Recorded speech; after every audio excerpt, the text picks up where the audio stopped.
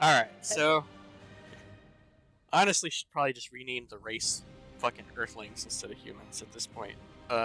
Yeah. Truly. But Earthlings, the deep dive. It's so difficult to pin down what the fuck they are.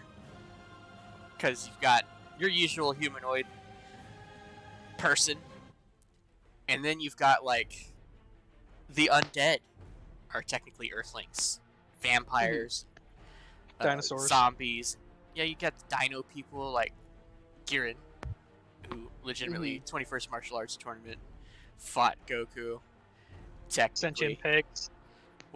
Yeah, sentient pigs, yeah. That shapeshift. A little cat creature that floats around. That looks like Sentient dog.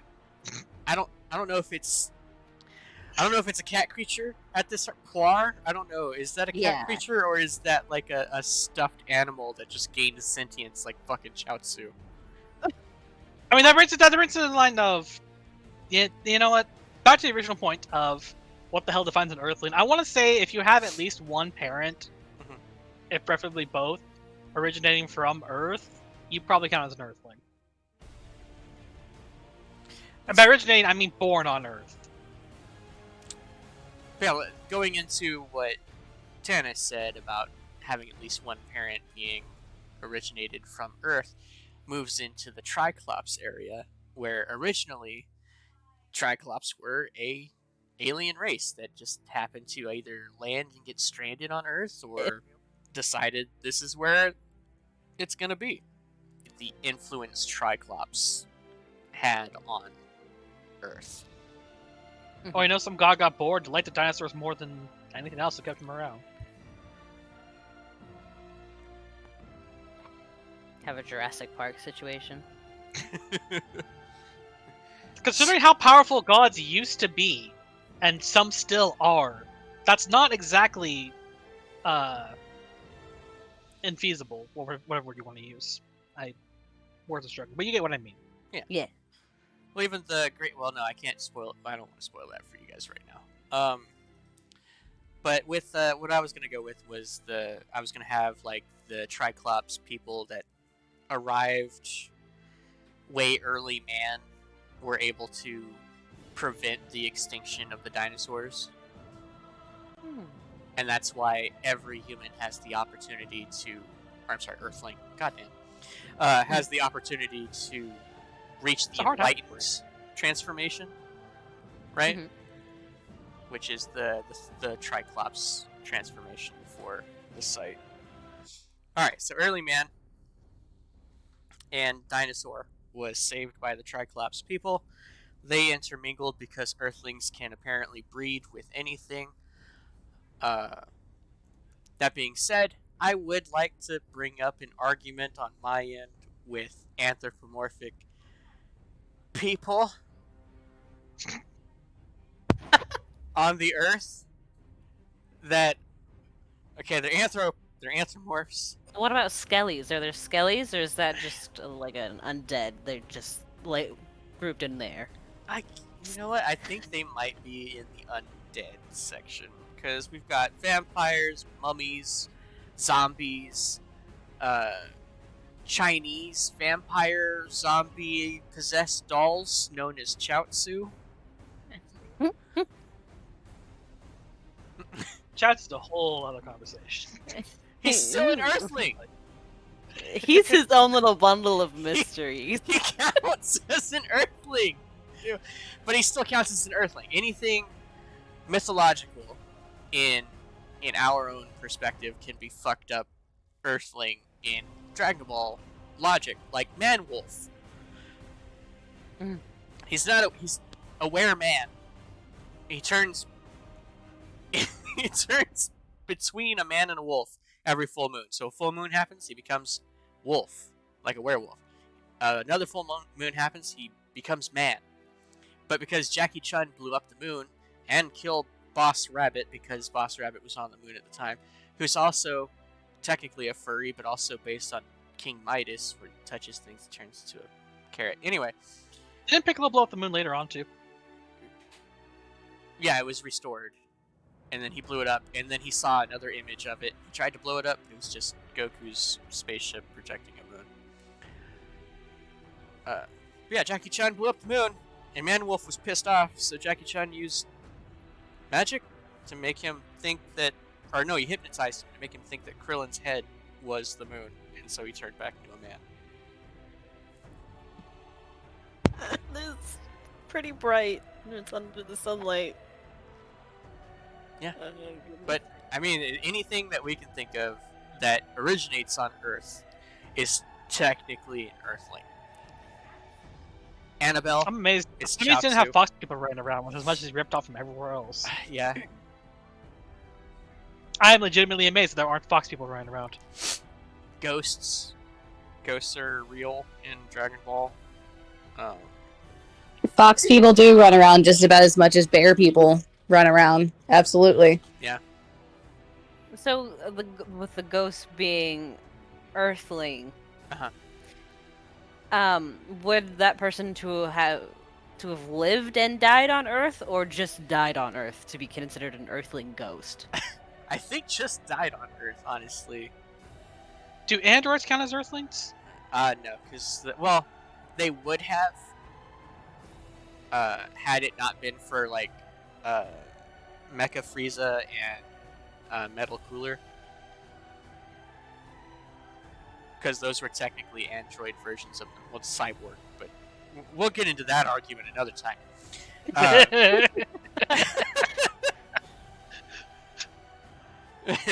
Every DBC fan knows this one. But no, because it's a thing where other races can just replace their parts with machine, I don't see a reason to stick it to one. You know what? No, so I gotta bring up the question just because the most prevalent example of androids are human-based. Mhm. Well, Android 15 being very confusing human, but I'm pretty sure that he's human. Or was. Anyway, so I want to say the reason I want ghosts to be Earthlings is because in DBJ canon,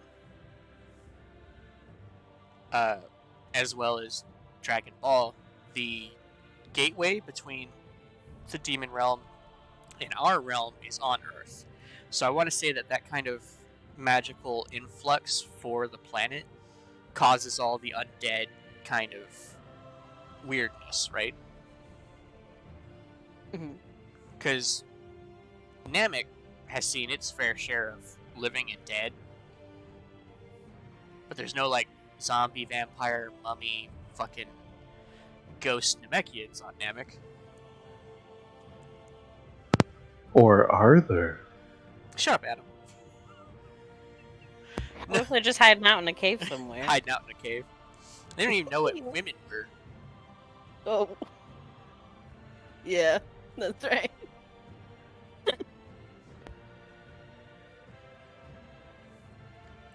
But now that's another thing moving into the whole Earthlings can reproduce or fuck anything. Namekians, like 300 years ago in DBJ canon, Earthlings encountered Namekians, so that's where they get their understanding of ki, spaceflight, all the stuff that we would have due to their mingling of cultures. Okay. I entirely figured that the development of ki was a combination of martial arts advancing to a certain point and the whole enlightened one thing passing down. So that would be a decent example. However, martial arts sects around the world have always been very secretive and personal. So you may have 21 students, but you're only going to really pass down everything you know to like one or two people. Okay, valid. So I had to come up with a way to raise the average power level of everything instead of like, oh yeah, if you're an Earthling, you're just ungodly powerful because the average Earthling's supposed to have a power level of 5. So your solution then was to have humanity fuck green slug people. So my solution was for the intermingling of their cultures. Namekians are naturally born pretty powerful. However, I turned Namekians into Asari from Mass Effect, where they can reproduce with anything in an asexual manner, except when, say, the elder or the village chief produces an egg. Intermingling of cultures, title of your sex tape. Shut up, Shugo. They can take the DNA or I want to say genetic structure of another individual, combine the two to create, ultimate offspring. Namekians were able to do this on Earth because obviously Earthlings would live on Namek, Namekians would live on Earth as 300 years have passed, right? So you would have Okay. Namekians born with hair or blue eyes or genitalia and the ability to have normal offspring. You'd have extreme traditionalists, obviously, where, agendered Namekians on Namek. But on Earth, it's probably no holds barred fuckfest. As usual. As usual. Yeah, basically. Because Earthlings are debased. Bored down there with all of their interesting friends. But yeah, that was my solution to bring Earthlings' general power level up to the standard of 300. Not overly amazeballs, end of Dragon Ball power level area, Just because the slog of getting from, in the old days, from 10 power level above 100 was insane. On the topic of DBJ Earthlings, Yes. who are some powerful / historically influential figures of Earthlings? Some examples. Rona is Rona Earthling? Yeah, Rona is an Earthling. Rona at this point is the most powerful mortal being in the universe. So absolutely the most powerful Earthling. Absolutely. Influential would be the Lang family because they've had passed down magic as not like a mystical thing, but as like a physical thing that people use on a daily. Magical items that allow people to enchant a broom to clean a room, like a Roomba or something. Because Earth is half tech, half magic on a good day, right? Yeah, it'd be the Lang family. Obviously, there is a tribe that has protected the base of the the lookout for generations. They don't generally let society nearby, so they're like one of those groups that people are like, "Oh, this is a tribe that has never been encountered by regular man," but really they just don't like people trying to fuck with the tower. I'd say there's probably some rich moguls. I haven't really gone into that much, just because it irritates me that rich moguls is just something that has to exist.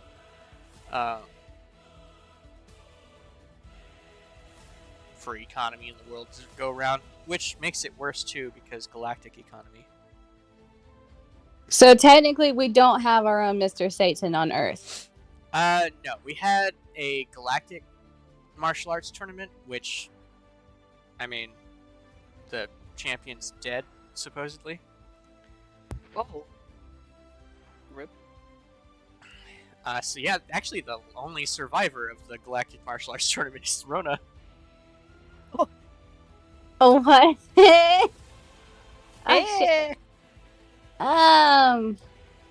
So who are some major historical figures from Earthling history?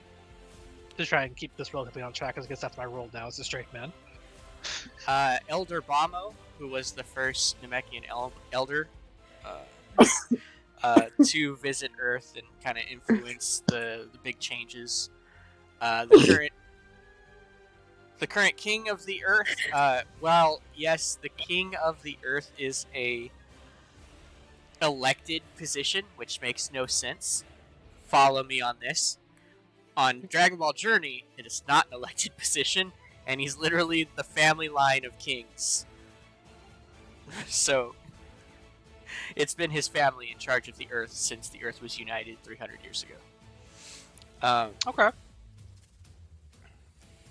Let me see, who else influential on Earth? There is a Baron. I can't remember what his name is right now. He's in one of my deep dark. There we go. Dragon Ball Journey.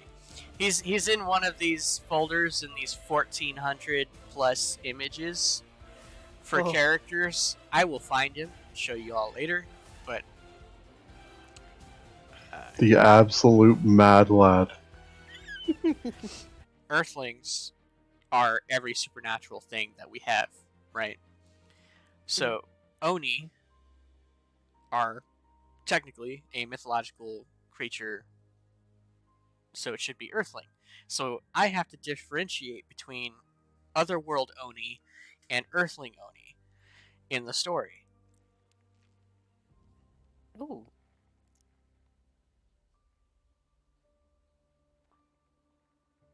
If that makes sense. Yeah. Because in Otherworld, you've got like Hans and Franz, who are there to pump you up for Hiffle. They want to grease up and wrestle. And then, Don't we all? and then we have the demon type Onis, who may be from the demon realm, because the door was open for a long time, historically. Or they may be just another weird supernatural thing. Okay, that brings me to a question, because you mentioned that. Yeah. And because it says, on Earth, this counts as Earthling related. Okay. Why the hell was the door to the Demon Realm open for so long? That's a good question. You should ask Akira Toriyama, because he did that. And DBJ, why the hell did that happen? Oh, because the Demon King had a good trade relation with Earth, and then some bad shit happened. So the door got closed. Okay. Probably blame it on the new Demon King. I'm sure Hunter and Mirren do. Now, trade relations. You're talking about that one instance where you said that they were basically handing him brides, right? That was totally the trade? Yeah. Mm-hmm. Yeah. Just to clarify. Well, Good trade relations. I'm just saying. good trade relations. Sex trafficking. Of minors. Oh, it keeps getting better. Doesn't it? Is the Demon King still alive? Is the particular Demon King who did this still alive? No.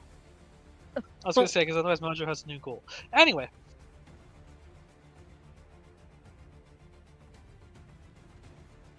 Alexa closed the Doro? That's racist. Doro.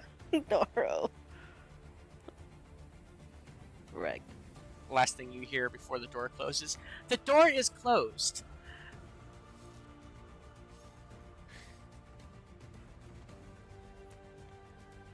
Can you see a way out? Now, I have a question, actually, something that I have thought about recently. Yeah. Especially with the number of, like, Earthlings and their different types that encompasses DBJ as well as Dragon Ball canon.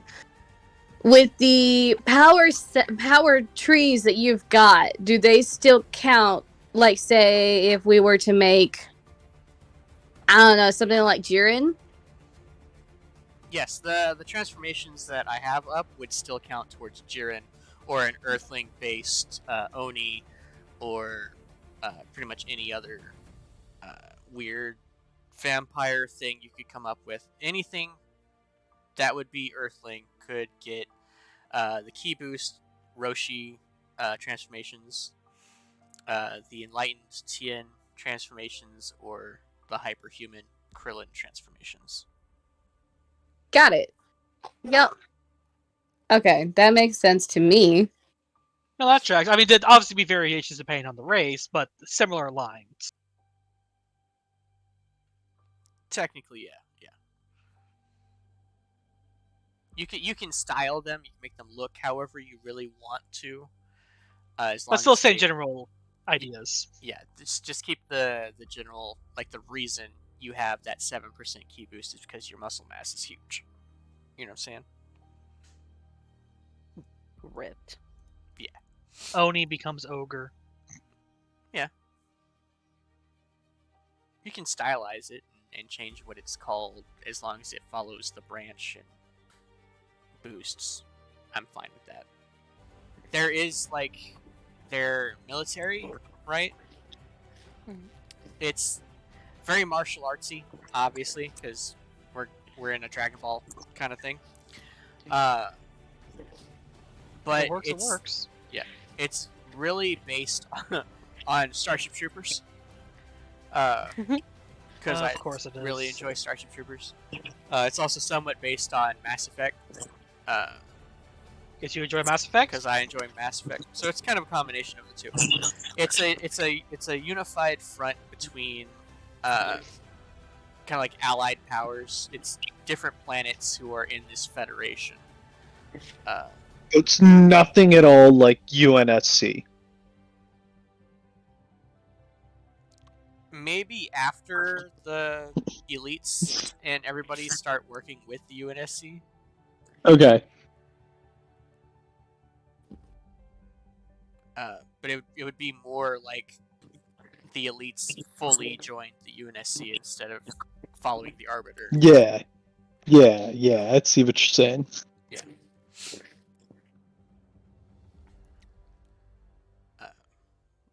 But with that, they're like broken up into hundreds of smaller cells, so to speak, depending on their station, who their commanding officers are, stuff like that. Like, everyone knows their, well, not everyone, Hunter and Aaron have no understanding of their rank at all. Everyone understands their rank and who they answer to.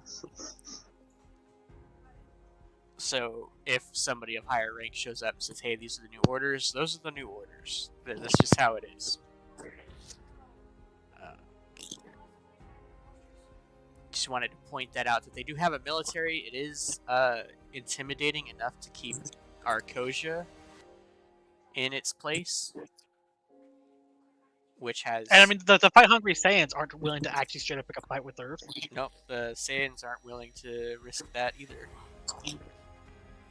Which I feel like that says a lot more for folks just coming in DBJ, because the Arcosians are not as known as Saiyans are in general.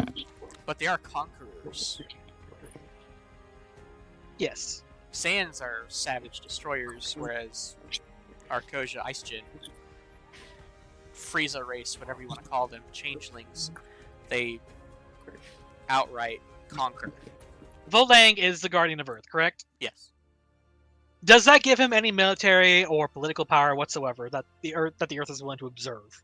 No. He remains neutral by choice. Unless it involves the Lang family directly? Yeah, well, no, he can't even get involved with the Lang family as a guardian. But he was excommunicado anyway. That's gotta piss him off something fierce. Not really. It was kind of a mutual thing. He didn't want to do magical girl transformations. And the whole family is basically Sailor Scouts. I do have a question, Leon. Yep. So you said there's 3 paths, right? So Yep. there's the physical might, there's the enlightenment. What exactly is the hyper? What exactly is that? So, I was watching Dragon Ball Super, and they had to go get the plants for Roshi's immortality tincture or whatever. And Krillin had his own kind of spotlight where he obtained some sort of new form that I thought was going to become like a big thing, right?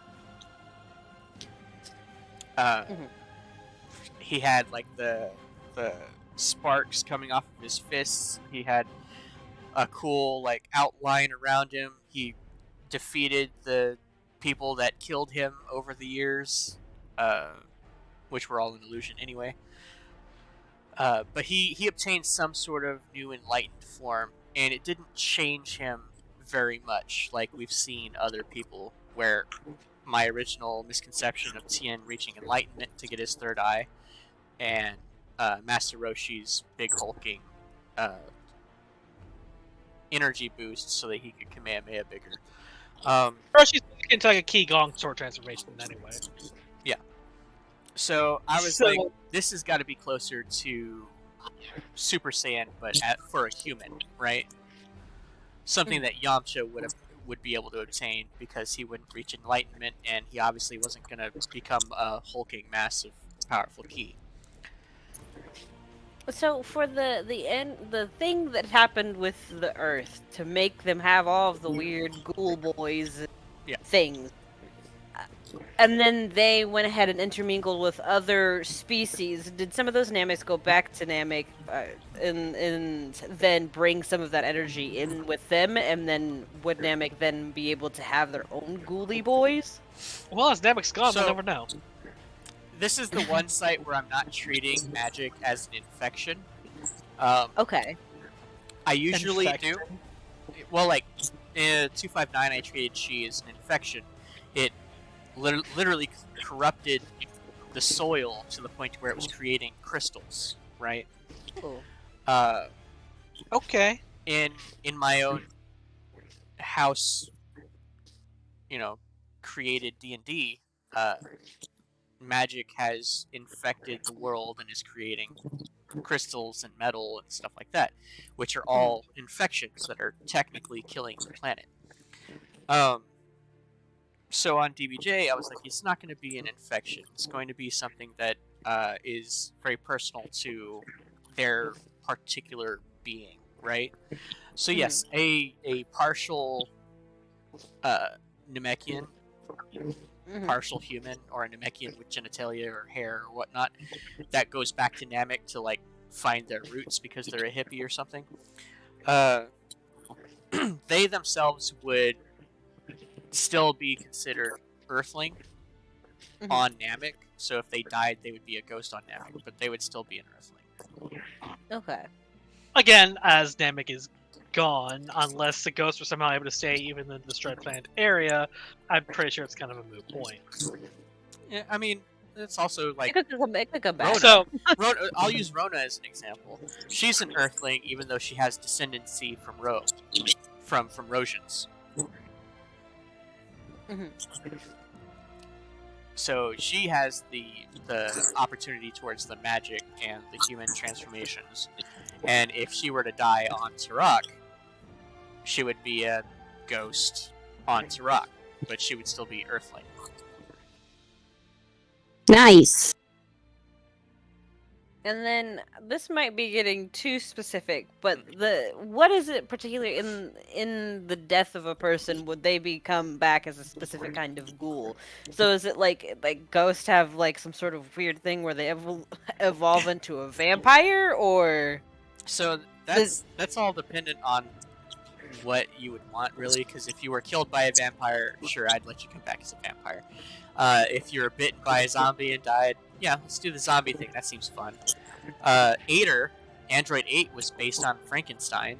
It's Frankenstein's monster, so fucking... He's an android, but he's technically Frankenstein's monster. He's a meat Oh, sweet baby Ader. Yeah, poor Ader. Anyway, if you were, like, cursed by an Egyptian talisman when you died, I'd let you be a mummy, It just depends on what you would want, or how you died. or how you got brought back. Or how you got brought back, yeah. Interesting.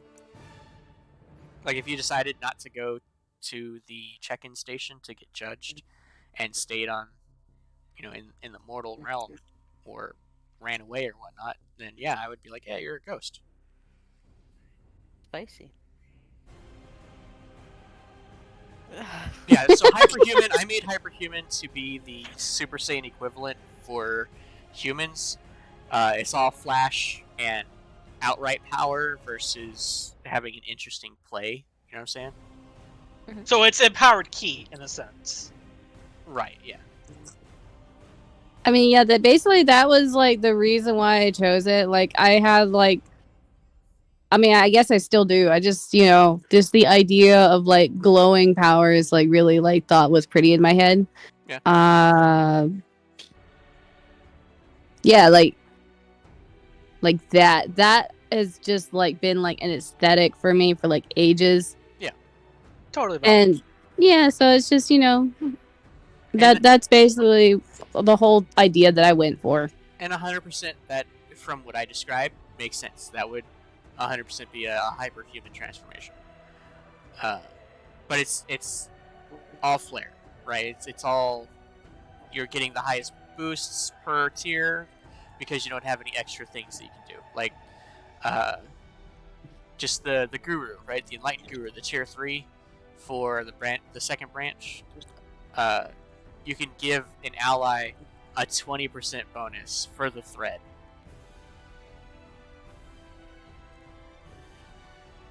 Whereas the tier 3 for hyperhumans, just you get stronger.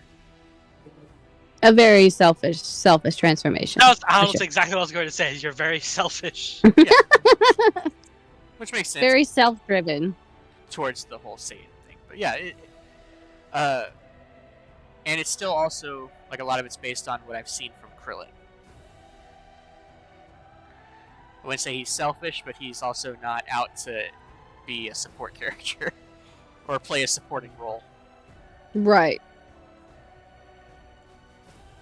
Whereas I've seen Tien 100% just support somebody else. And then, okay, yeah, so tier 1 and 2, I based on Tien.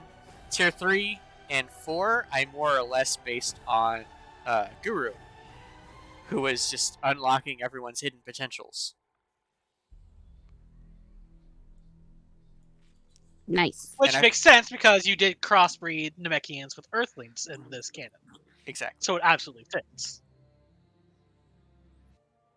Technology is obviously off of human intelligence. Or earthly intelligence, however you want to put that. Where did magic originate for Earthlings? Like you said, the Lane Clan, they have that. They've been doing it for however many generations. Yeah. Where did it start? That's a proprietary secret. It would be Earth's Dark Ages. Lots of warring factions. Shirki and martial arts were a thing back then, where it was, knights fighting knights or soldiers on the battlefield, wherever. There was still a need for mysticism, right? Viewing into the future with a crystal ball, casting spells, healing wounded. Magic in and of itself is a science. It's all formulas and mathematics and elements and stuff like that. So it's more akin to a side-by-side. Magic came first before the technology, but magic made the technology easier.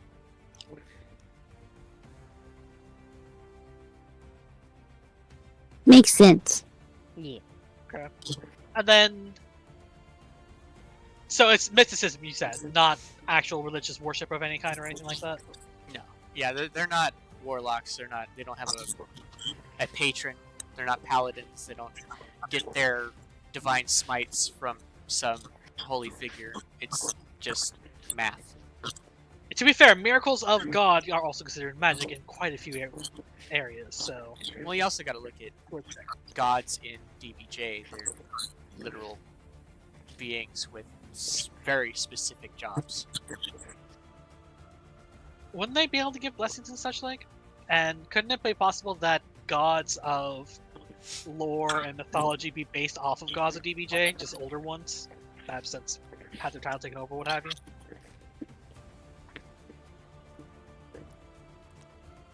I want to say no, because the gods that exist now are older than the history of the Earth.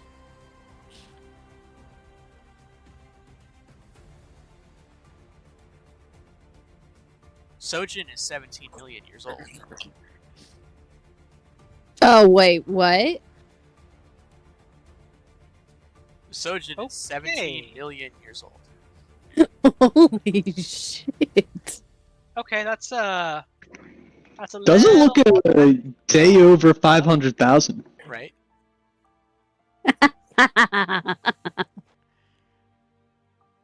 Fuck. And giving blessings is considered a break in the balance, so Aperol would not allow it. Okay. So then, magic originated in the Dark Ages and such. Psionics as a field, is that like a universal thing, or did that start with a particular race, or what? I feel like it's got to be universal because Frieza does it, Vegeta does it, Goku did it. Okay. We also have to share Earth's economy is in a fucking shithole right now. I knew I was forgetting something. Oh, this is what happens when Yuy Corp isn't around to clean up your messes, Leon. No, it's okay. So Actually, on that note, so if you did transplant things, what happened to Yuy Corp? I don't think it was ever on here. I don't have U-Corp. So Namek, right? What did Namekians subsist off of? Water, sunlight. Yep. What do they have an abundance of on their very large planet? Grasslands? Yep, unused fertile soil. So what would Earth Oh, do? fuck. Resources, food growth, farming, huge swaths of farms. Booming economy. Guess what got destroyed?